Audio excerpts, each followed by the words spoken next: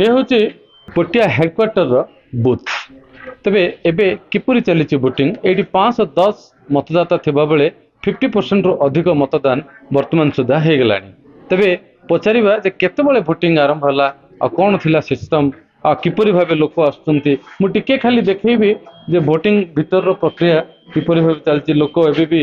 line रो अछंती एवं मतदान केंद्र रे मतदान मत प्रदान करूचंती उभय संसदीय क्षेत्र एवं विधानसभा क्षेत्र पय एठी मतदान चलीची पुलिस अच्छी मेडिसिन रो व्यवस्था अच्छी अधिकारी भी अछंती पोलिंग सिस्टमेटिक भाबरे भी करा जाउची सर आज जतोळ भोट आरंभ होला केते समय रे आरंभ होला केमती थिला सकाळ 7 रो वोटिंग आरंभ होइतिला आ सकाळे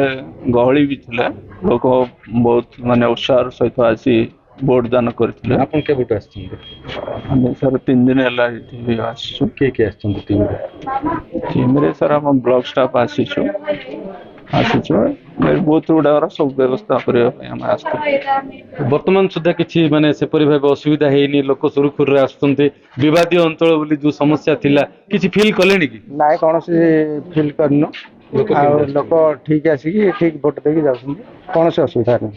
माने जेपरि भाबे आसीया कथा सिस्टम रे आसुंते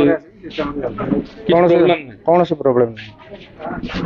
मो सह जने वोट देई सरलेनी झियो अछंती आ वोट देलेनी कि हां सर केते बोल देले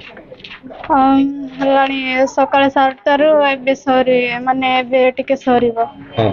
आ तुम जतोळ आसलो टिके गहळी लागुथुला ना गहळी नथिला केमती थिला एडी जो व्यवस्था हेची व्यवस्था ऊपर ठीक माने सब सुविधा थिला ना कोन असुविधा सब ठीक थिला हां सब ठीक थिला हां किछि माने माने असुविधा किछि हेनी नहीं नहीं वर्तमान सुधा कोटिया रे 510 मतदाता रु पाखापाखि 250 रु ऊर्ध्व दे सारलेनी